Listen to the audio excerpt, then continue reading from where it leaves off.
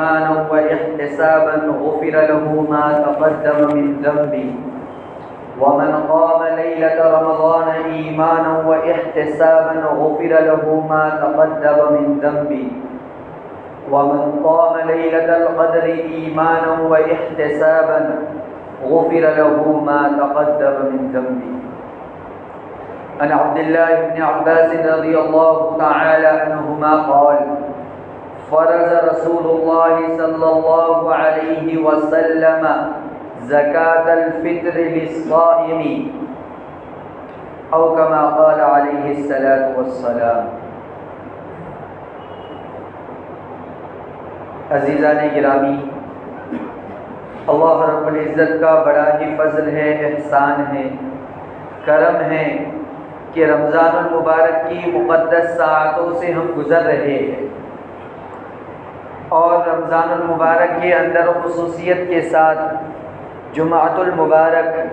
کی مقدس بابرکت رحمت والی ساعتوں سے ہم گزر رہے ہیں۔ اولا تو ہمیں اللہ رب العزت کا شکر ادا کرنا چاہیے کہ اللہ رب العزت نے اطمینان کے ساتھ پورا مہینہ رمضان المبارک کا تقریباً گزارنے کی توفیق عطا فرمائی۔ اس پر اللہ رب العزت کا شکر ادا کرنا چاہیے، کیونکہ جناب محمد عربی صلی اللہ علیہ وسلم اس مہینے کی سلامتی کو مانگ کر لیا کرتے تھے کہ حدیث مبارکہ میں آتا ہے، ایک دعا ذکر کی گئی ہے، اللہم سلمنا لرمضان،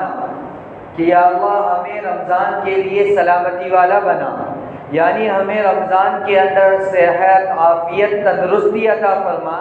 تاکہ ہم رمضان المبارک کی عبادت اطمینان سے کر سکیں۔ تو اللہ کا شکر ہے کہ رمضان کی جتنے یہ ساعتیں گزری، تقریباً 25واں روزہ آج ہے، 25 تراویحاں گزر چکی، 3 تاک راتیں گزر چکی۔ اللہ رب العزت کا فضل ہے، احسان ہے کہ اللہ تعالیٰ نے ہمیں یہ نصیب فرمائی، ورنہ ہم سے پہلے بہت سارے ایسے لوگ تھے جو ہمارے درمیان اٹھتے بیٹھتے تھے، انہیں رمضان المبارک کی یہ ساعتیں نصیب نہیں ہوئی، بلکہ بعض تو ایسے بھی ہے کہ جنہیں رمضان المبارک کا ابتدائی عشرہ ملا اور دوسرا عشرہ شروع ہونے سے پہلے وہ چلے گئے، بعض ایسے بھی ہے کہ جنہیں 2 عشرے ملے لیکن تیسرے عشرے کی سعادتیں ان کے نصیب میں نہیں تھی اور وہ اس دنیا سے منتقل ہو گئے۔ تو اللہ کا شکر ہے کہ اللہ رب العزت نے ہمیں اپنے فضل سے، اپنے احسان سے اس مہینے کی تقریباً مقدس ساعتوں کو حاصل کرنے کی طاقت اور استطاعت بخشی۔ اس پر اللہ رب العزت کا ہم جتنا بھی شکر ادا کرے کم ہے، جتنا بھی شکر ادا کرے کم ہے کہ اللہ نے ہمیں رمضان میں صحت و عافیت کے ساتھ گزارا، ورنہ آپ دیکھیے آپ کے جاننے والوں میں بھی کچھ لوگ ایسے ہوں گے کہ رمضان المبارک کا مہینہ ان کو بھی ملا، رمضان المبارک کا مہینہ ان کو بھی ملا، لیکن بیماریوں نے ایسا انہیں جکڑ لیا کہ وہ چاہتے ہوئے بھی روزہ نہیں رکھ سکتے، ان کی کچھ ایسی بیماریاں تھیں کہ وہ چاہتے ہوئے بھی کھڑے ہو کر تراویح نہیں پڑھ سکتے۔ تو اللہ کا شکر ہے کہ اللہ نے تمام روزے رکھنے کی بھی توفیق عطا فرمائی اور جو ہے تو صحت عافیت عطا فرمائی۔ تراویح بھی اللہ رب العزت نے جنہیں طاقت دی کھڑے ہو کر انہوں نے پڑھی، جنہیں طاقت نہیں تھی وہ بھی ان لوگوں سے بہتر ہے کہ جو بیٹھ کے بھی نہیں پڑھے۔ ظاہر سی بات ہے کچھ لوگوں کو تو ایسی بیماریاں ہوتی ہیں کہ وہ بیٹھ کر بھی تراویح نہیں پڑھ سکتے، مسجد میں بھی نہیں آ سکتے، تو وہ لوگ بھی ان سے بہتر ہے جنہوں نے کم از کم مسجد میں حاضر ہو کر بیٹھ کر تراویح پڑھی، اور وہ لوگ تو سونے پر سہاگا ہے کہ جنہوں نے ساری تراویح کھڑے ہو کر اللہ رب العزت کے سامنے پورے قرآن کو سنا۔ تو بتانے کا مقصد یہ ہے کہ اللہ رب العزت کا ہم کو اس نعمت پر شکر ادا کرنا چاہیے، کیونکہ اللہ رب العزت کا ضابطہ ہے لئن شکرتم لازیدنکم، آپ شکر ادا کریں گے اللہ نعمت میں اضافہ کرے گا۔ اب ظاہر سی بات ہے آپ خود اپنے آپ سے سوال پوچھئے، کیا یہ اللہ کی نعمت نہیں ہے کہ رمضان کے روزے ہم نے اطمینان سے رکھے؟ کیا یہ اللہ کی نعمت نہیں ہے کہ تراویح ہم نے اطمینان کے ساتھ سکون کے ساتھ پڑھی؟ نعمت ہے کہ نہیں؟ ہم اس کو نعمت نہیں سمجھتے. ہم کیا سمجھتے؟ رمضان آیا ہر سال روزے رکھتے، اس سال بھی رکھیے، کوئی بڑی نعمت تھوڑی ہے. رمضان آیا ہر سال تراویح سننے کا معمول ہے، اس سال بھی ہم نے تراویح سنی، کوئی بہت بڑا کام تھوڑی کیا. لیکن عزیزو، ہم اس کو جب نعمت ہی نہیں سمجھتے تو پھر اس کا شکر کیسے ادا کریں گے؟ اور جب شکر ادا نہیں ہوگا تو نعمت میں اضافہ کہاں سے ہوگا؟ تو اس لیے پہلے میں آپ کو یہی بات بتلانا چاہ رہا ہوں کہ اس کو اللہ کی نعمت سمجھو. اللہ کی بہت بڑی نعمت ہے یہ. تو اللہ کی ذات سے امید ہے جب ہم اس کو نعمت سمجھیں گے تو شکر بھی ادا کریں گے کہ اللہ تیرا شکر ہے، تو نے ایسی مقدس ساعتیں اور ایسی مقدس عبادتیں ہمیں نصیب فرمائی. جب نعمت پر شکر ہوگا اللہ اس نعمت میں اضافہ فرمائیں گے. اس کی برکت سے امید ہے کہ اللہ رب العزت اگلے رمضان کی نعمتیں بھی ہمیں نصیب فرمائیں کہ نہیں یہ بندہ بڑا شکر گزار ہے، میں نے اسے سارے مہینے روزہ رکھنے کی توفیق دی، میں نے اس کو صحت اور عافیت کے ساتھ رمضان میں عبادت کرنے کی استطاعت دی. اس بندے نے اس کی قدردانی کی، اس کا شکر ادا کیا، تو اللہ رب العزت ہو سکتا ہے کہ ہمیں اگلے رمضان تک بھی صحیح سلامتی کے ساتھ پہنچائے. لیکن اگر ہم نے شکر نہیں کیا،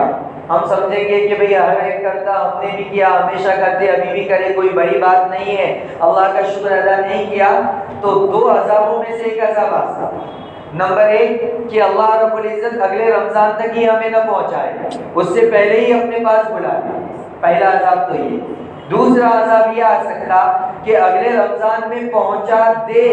لیکن کسی ایسی بیماری کا شکار کر دے کہ ہم چاہتے ہوئے بھی عبادت نہ کر سکے.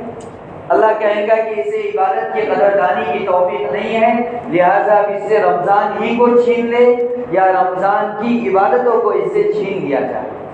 اسی لیے آپ سے پہلی گزارش یہ ہے کہ رمضان کے اندر ہم نے جو عبادتیں کی ہیں ٹوٹے پھوٹے انداز میں، اگرچہ اس کو اللہ کی نعمت سمجھے. نمبر ایک یہ بات. دوسری بات یہ کہ اس پر اللہ کا شکر ادا کرے کہ اللہ تو نے رمضان کا مہینہ عطا فرمایا. اور حدیث کے حوالے سے یہ بات پتہ چلتی ہے کہ اس کی شکر گزاری کے لیے سب سے بہترین جو رات ہے وہ عید الفطر کی رات ہے، کہ چاند رات جو جسے ہم کہتے ہیں. حدیث کے اندر، حدیث کی روایتوں کے اندر جسے لیلۃ الجائزہ کے نام سے یاد کیا کہ لیلۃ الجائزہ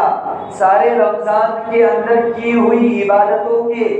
انعام کو حاصل کرنے کی رات جو ہے وہ لیلۃ الجائزہ عید کی رات ہے. تو لہٰذا خصوصیت کے ساتھ اس دن بھی ہم جاگنے کا اہتمام کریں، کیونکہ معمول یہ ہوتا ہے کہ طاق راتوں میں چونکہ ایک ماحول بن جاتا ہے. بعض جگہ ہر طاق رات میں بیان کا بھی اہتمام ہوتا ہے، لوگ جاگنے کا اہتمام کرتے ہیں. تو الحمدللہ پہلے تو نہیں تھا لیکن اب یہ دیکھنے میں آ رہا ہے کہ طاق راتوں میں اکثر امت جاگ رہی ہے. لیکن لیلۃ الجائزہ جس کے جاگنے کا تذکرہ حدیث میں بھی آیا ہے، اس میں اکثر و بیشتر امت سے غفلت ہوتی ہے. آدھی امت تو مارکیٹ کو آباد کرنے کے لیے نکل جاتی ہے کہ اب عید ہے، عید کی تیاری کرنا ہے. تو اللہ رب العزت یہاں ندا لگا رہے ہیں، ہے کوئی مجھ سے اپنی مغفرت طلب کرنے والا، ہے کوئی بندہ جس نے عبادت کی رمضان کے اندر، اب میں اس کا بدلہ اس کو عطا فرماؤں. اللہ یہاں یہ ندا لگا رہے ہیں اور بندہ جو ہے تو مارکیٹ کو آباد کرنے میں لگا ہوا ہے. تو ظاہر سی بات ہے عزیزو کہ مثال سے سمجھو، ایک دنیا کا مزدور ہے، ایک دنیا کا مزدور ہے، انہیں مزدوری کرتا ہے، اس نے بہت اچھے انداز سے مزدوری کی،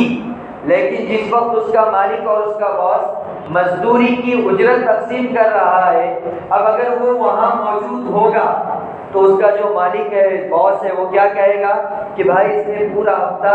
اچھے سے مزدوری کی، وہ اس کی مزدوری کی اجرت بھی دے گا اور اپنی طرف سے کچھ انعام بھی دے گا کہ نہیں؟ کہ اس نے بہت اچھی مزدوری کی اور وقت پر یہ حاضر بھی تھا، تو اس کو اپنی محنت کی اجرت بھی ملے گی، ساتھ ساتھ کچھ بونس اور جو ہے تو انعام کے طور پر بھی کچھ دیا جائے گا. لیکن ایک مزدور ہے، اس نے ہفتہ بھر جو ہے تو مزدوری کی اور اچھی طریقے سے مزدوری کی، لیکن جس وقت مزدوری کی اجرت حاصل کرنے کا موقع آیا وہ جو ہے تو مالک کے پاس حاضر نہیں ہوا، کہیں اور گھومنے کے لیے نکل گیا. مالک کو فون لگا کر کہنے لگا کہ اکاؤنٹ میں ڈال دو. اب مالک کیا کہے گا کہ اس کو قدر دینا، لہٰذا اس نے جتنا کام کیا اتنی اجرت دے دو، زیادہ بونس اور زیادہ فائدہ اپنی طرف سے انعام دینے کی ضرورت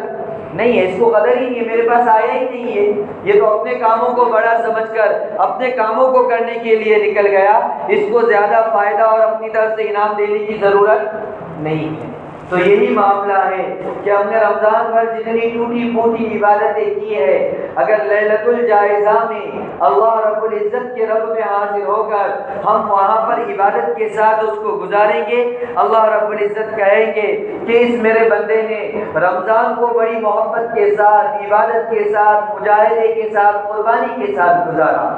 اور جب میرے اجرت انعام تقسیم کرنے کا وقت آیا تو اس نے اس کی قدردانی کی اور میرے دربار میں حاضر ہو کر مجھ سے مانگنے لگا، اب جہاں میں اس کو اس کی عبادتوں کا بدلہ دوں گا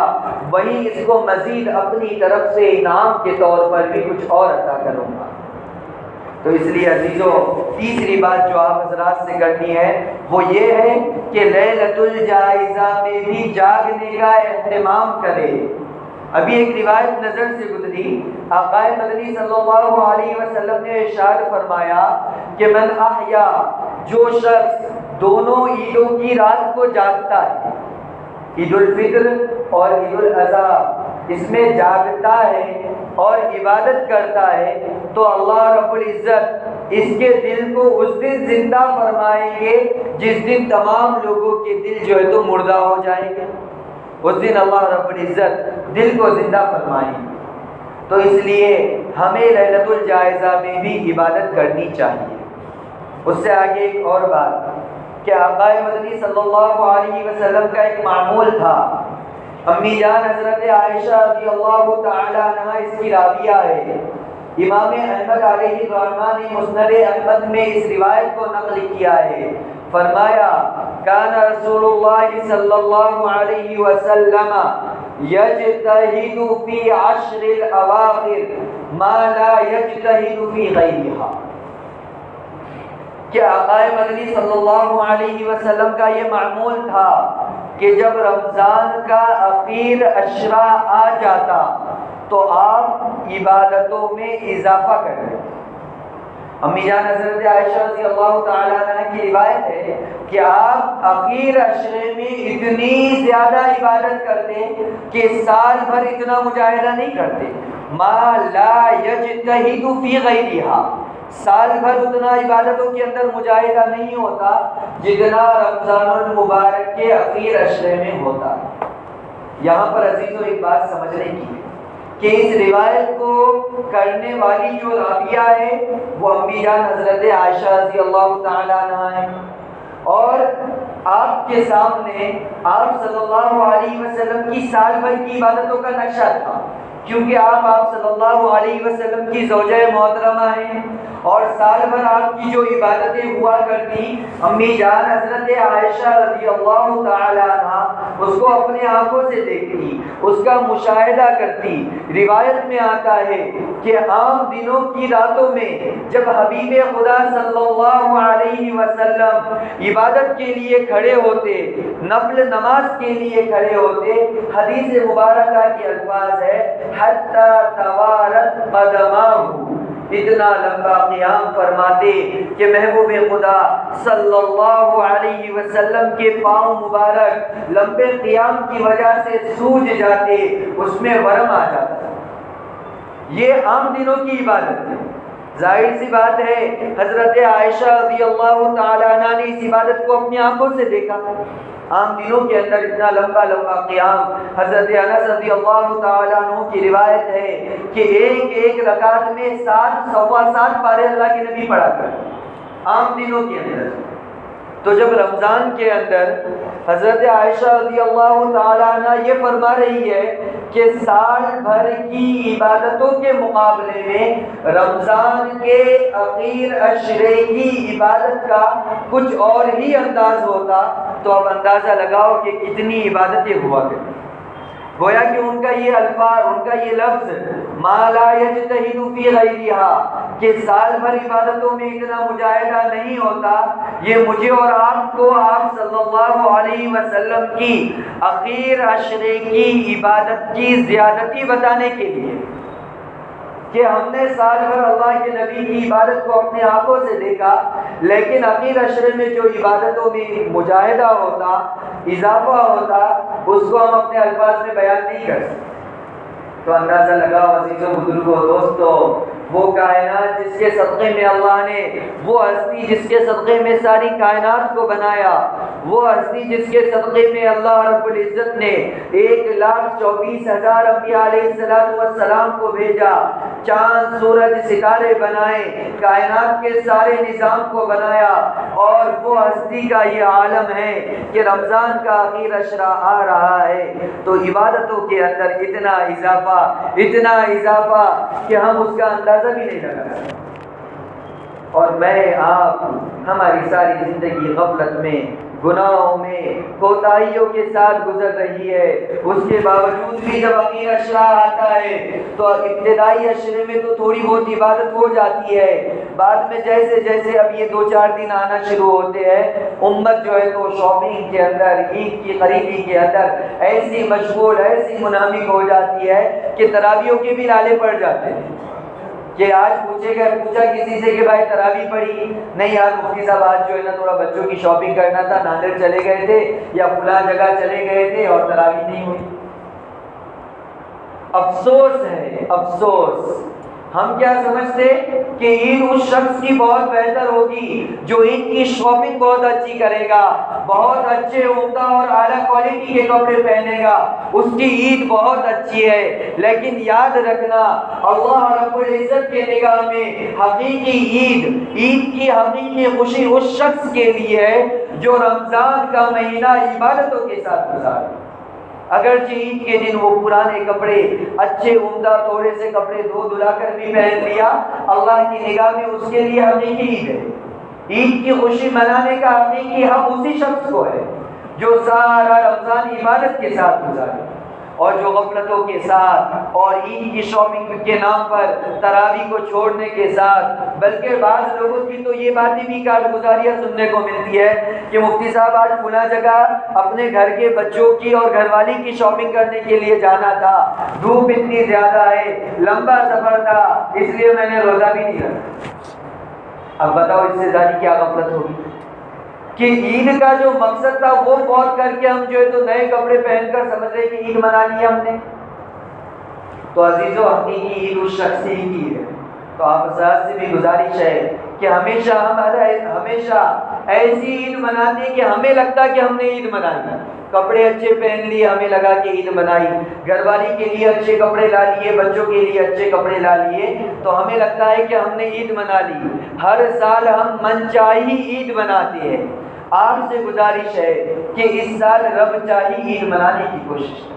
اور رب چاہی عید یہی ہے کہ سارے مہینے کی ابھی جتنا وقت باقی ہے اس کو عبادتوں میں گزارو، اس کو مجاہدوں میں گزارو، اس کو اللہ کے سامنے اپنی جمیل نیاز کو جھکانے میں گزارو، تب جا کر ہماری حقیقی عید ہوگی، وہ عید ہوگی جو اللہ کی نگاہ میں بھی عید شمار ہوگی، ورنہ اس شخص کی تو عید ہی شمار نہیں ہوتی اللہ کی نگاہ میں جو آدمی سارا مہینہ غفلت کے ساتھ گزارتا ہے اور عید کے دن سب سے بھاری کے کپڑے پہن کر پہلی صف میں آ کر بیٹھتا ہے۔ اللہ کی نگاہ میں اس کی عید ہی شمار نہیں ہوتی ہے کہ عید خوشی ہے۔ عید کیا ہے؟ خوشی ہے۔ عربی میں عید کے معنی ایک تو آتے ہیں عاد یعود، دوبارہ لوٹ کر آنا، اور ایک خوشی کے معنی میں بھی آتا ہے۔ اور ظاہر سی بات ہے، مثال سے بات سمجھو کہ ایک مزدور ہے، وہ مہینہ بھر مزدوری کرتا ہے، یا ایک آدمی ہے جس کی سرکاری جاب ہے، وہ مہینہ بھر اپنی نوکری کی ذمہ داری کے ساتھ ادا کرتا ہے۔ جب مہینہ ختم ہوتا ہے اس کو گورنمنٹ کی طرف سے سیلری ملتی ہے، یا مزدور ہے جس کے انڈر میں کام کر رہا ہے اس کی طرف سے مہینہ بھر کام کرنے کے بعد جو سیلری اور جو تنخواہ ملتی ہے، تو اب بتاؤ وہ خوشی مناتا کہ نہیں؟ ظاہر سی بات ہے وہ خوشی مناتا ہے کہ مہینہ بھر میں نے محنت کی، اللہ نے اس کے نتیجے میں مجھے یہ اپنی تنخواہ اور جو ہے تو رقم عطا فرمائی، خوشی مناتا ہے۔ اس کے مقابلے میں ایک دوسرا مزدور ہے، مہینہ بھر سو کر گھوم کر پھر کے گزارا، اور جب مہینے کا آخر آئے تو اب وہ خوشی مناتا کیا؟ کیونکہ اس کو معلوم مہینہ بھر میں کام پہ نہیں گیا، اب تنخواہ مانگنے گیا تو تنخواہ کے بتائے جو 2 جوتے پڑیں گے مجھے، تو اب وہ بندہ خوشی مناتا کیا؟ جس نے غفلت کے ساتھ پورا مہینہ گزارا اور مزدوری بھی نہیں کی، جو کام کی ذمہ داری نہیں کی وہ بھی نہیں کی، تو مہینے کے آخر میں اس کو خوشی منانے کا حق نہیں ہے۔ یہ دنیا کا اصول ہے۔ تو اسی طرح رمضان المبارک کا بھی معاملہ ہے کہ اللہ رب العزت نے رمضان المبارک کا مہینہ عطا فرمایا تاکہ ہم عبادتیں کریں، دن میں روزہ رکھے، بھوکا پیاسا رہ کر اپنے رب کو راضی کرے، رات میں رب کی بارگاہ میں حاضر ہو کر تراویح کی صورت میں، تراویح کی شکل میں رب کے سامنے عاجزی کے ساتھ کھڑے ہو کر رب کو راضی کرنے کی کوشش کرے۔ اللہ نے یہ جو ہے تو مہینے بھر کا کام دیا تھا، اب جس نے پورے اچھے طریقے سے اس کو ادا کیا ہوگا، ظاہر سی بات ہے کہ مہینہ ختم ہونے کے بعد خوشی منانے کا حقیقی حق اسی کو ہے۔ اور جس نے رات بھر جو ہے تو ہوٹلوں کو آباد کرنے میں، چوراہوں کو آباد کرنے میں گزار دی، رمضان کے روزے عید کی شاپنگ کے نام پر ضائع کر دیا، اب بتاؤ رمضان کا مہینہ ختم ہونے کے بعد وہ اپنی طرف سے تو خوشی منا لے گا، وہ اپنی طرف سے تو یہ سمجھ لے گا عید ہو گئی، لیکن اللہ رب العزت کی نگاہ میں اس کی کوئی عید نہیں۔ اسی لیے آپ حضرات سے گزارش کی جاتی ہے کہ اب رمضان کی مقدس ساعتیں بہت کم باقی ہے عزیزوں، بہت کم، بس آج 25واں روزہ ہو گیا، 2 راتیں باقی ہے اور 2-4 روزے باقی ہے، اس لیے اس کی قدر کر لو، اس کی قدردانی کر لو اور اس کو جس طرح گزارنا ہے اس طرح گزار دو۔ کیونکہ آپ کو ایک حدیث کی روشنی میں ایک بات سمجھاتا چلوں کہ اگر ہم نے اب رمضان کا جتنا حصہ باقی ہے، رمضان المبارک کا جتنا حصہ باقی ہے، اس کی صحیح قدردانی کر لی ہم نے کہ رات کو جاگ کر گزارا، دن کو صحیح طریقے سے روزہ رکھ کر گزارا، اللہ کے سامنے دعا قرآن پاک کے اہتمام کے ساتھ گزارا، رمضان کا آخری عشرہ اتنے اہتمام سے گزارا، اللہ کی ذات سے امید ہے، اللہ کی ذات سے امید ہے کہ یہ 23-24 دنوں میں جو غفلت ہوئی ہے نا، اخیر کے اس مجاہدے کی برکت سے اللہ رب العزت ہماری پرانی غفلت کو معاف کر دے۔ کیونکہ حدیث مبارکہ میں آتا ہے الاعتبار بالخواتم، خاتمے کا اعتبار ہوتا ہے کہ بندے نے آخری وقت کس طرح گزارا اس کا اعتبار ہوتا ہے۔ اب اگر ہم یہ 4-5 دن عبادت کے ساتھ، مجاہدے کے ساتھ، رب کو راضی کرنے کے ساتھ گزاریں گے، ہو سکتا ہے اللہ رب العزت ہمارے عقید کے 4-5 دن کے مجاہدے کی برکت سے شروع رمضان سے اب تک جتنی غفلت کی ہے اللہ اس غفلت کو معاف کر دے اور ہمیں جو ہے تو رمضان کی پوری طرح سے برکات سے مستفید ہونے کی توفیق عطا فرمائے۔ اس لیے آپ حضرات سے گزارش ہے، 3-4 گزارشیں کی گئی۔ پہلی گزارش تو یہ تھی کہ رمضان میں جو عبادتیں کی ہے اس کو نعمت سمجھے، اس کا شکر ادا کرے۔ دوسری گزارش یہ ہے کہ لیلۃ الجائزہ میں مارکیٹ اور بازاروں کو آباد کرنے کے بجائے مسجدوں کو آباد کرنے کی طرف توجہ دے۔ اس کے بعد ایک گزارش یہ ہے کہ اب رمضان کا جتنا وقت باقی ہے کم از کم اس کو صحیح طریقے سے گزارنے کی کوشش کریں۔ اور اخیر میں عزیزوں 2-4 باتیں اور ہیں، اسی لیے میں تھوڑا تیزی کے ساتھ چل رہا ہوں کہ وقت کم ہے، اخیر عشرہ ہے، رمضان کا آخر جمعہ ہے اور کچھ بنیادی باتیں آپ کے سامنے رکھنی ہے تاکہ رمضان کے ختم تک آپ اس کی روشنی میں جو ہے تو اپنا وقت گزار سکیں۔ اس لیے جو ہے تو تھوڑی تیزی کے ساتھ زیادہ روشنی نہ ڈالتے ہوئے ہم آگے چلتے ہیں۔ اور ایک خاص بات کہ ابھی جو وقت چل رہا ہے اس میں ایک چیز یہ ہے کہ صدقۃ الفطر کہ اللہ رب العزت نے آقا مدنی صلی اللہ علیہ وسلم کے واسطے سے ایمان والوں کے اوپر صدقہ فطر کو جو ہے تو واجب کیا، فرض کیا۔ ابو داؤد کی روایت ہے، روایت نمبر 1609، راوی حضرت عبداللہ ابن عباس ہی ہے غالباً، وہ فرماتے ہیں کہ آقا مدنی صلی اللہ علیہ وسلم نے فرض لنا رسول اللہ صلی اللہ علیہ وسلم زکوٰۃ الفطر للصائم، کہ اللہ کے نبی صلی اللہ علیہ وسلم نے روزے داروں کے لیے روزے کی زکوٰۃ متعین فرمائی، روزے داروں کے لیے روزے کی زکوٰۃ متعین فرمائی۔ اس کا مطلب یہ ہے کہ جس طرح انسان کے مال کے اوپر زکوٰۃ ہے، اس کا مقصد یہ ہوتا ہے زکوٰۃ نکالنے سے مال پاک ہوگا، اسی طرح فرمایا روزہ بندہ رکھتا ہے لیکن اس کے اندر کچھ غفلت کوتاہی ہو جاتی ہے، کبھی روزے کے اندر کسی کی برائی کر دی، کسی کی غیبت کر لی، کوئی چیز ایسی دیکھ لی جسے نہیں دیکھنا چاہیے تھا، کچھ غفلت کوتاہی ہو جاتی ہے، تو فرمایا جس طرح مال کو پاک کرنے کے لیے مال کی زکوٰۃ ہے، اسی طرح روزے کے اندر جو خرابی آ چکی ہے اس سے پاک کرنے کے لیے روزے کی زکوٰۃ یعنی صدقۃ الفطر ہے۔ تو پہلی بات تو آپ کو یہ بتانا ہے کہ صدقۃ الفطر کو مسلمانوں پر فرض یا واجب کرنے کی وجہ یہ ہے تاکہ ہمارے روزوں کے اندر جو کوتاہی ہے، جو کمی ہے، وہ جو ہے تو معاف ہو جائے۔ یہ ایک چیز ہے۔ دوسری بات یہ کہ اللہ کے نبی صلی اللہ علیہ وسلم نے اسی حدیث کا ایک دوسرا ٹکڑا ہے، اسی حدیث کا آگے کا ٹکڑا ہے کہ وہاں پر صدقۃ الفطر کو مسلمانوں پر فرض اور واجب کرنے کی ایک دوسری وجہ فرمائی طعمۃ للمساکین، کہ صدقۃ الفطر کی ایک اہم وجہ یہ ہے تاکہ عید کی خوشیوں کے اندر غریب محتاج مسلمان بھی ہمارے ساتھ شریک ہو سکے۔ یہ دو وجہ بیان فرمائی، صدقۃ الفطر کی کتنی وجہ بیان فرمائی؟ دو وجہ۔ اب میں آپ سے جو بات عرض کرنا چاہ رہا ہوں تھوڑا غور سے سنیے کہ اللہ رب العزت نے، اللہ کے نبی نے صدقۃ الفطر کی دو وجوہات بیان فرمائی۔ اب ہم اپنے دل پر ہاتھ رکھ کر سوچیں کہ ہم جو صدقہ فطر نکالتے ہیں کیا اس سے یہ دو مقصد پورے ہو سکتے ہیں؟ تھوڑی سمجھنے کی بات ہے، سمجھنے کی کوشش کریں آپ کہ اللہ اور اللہ کے نبی نے صدقۃ الفطر کے واجب اور فرض کرنے کی دو وجوہات بیان فرمائی، اور میں آپ جو صدقہ فطر ادا کرتے ہیں کیا اس سے وہ دو مقصد پورے ہوتے ہیں؟ نمبر ایک، پہلا مقصد اللہ کے نبی صلی اللہ علیہ وسلم نے فرمایا کہ روزے کو گناہوں سے پاک کرنا، روزے کو پاک صاف کر کے اللہ رب العزت کی بارگاہ میں پیش کرنا۔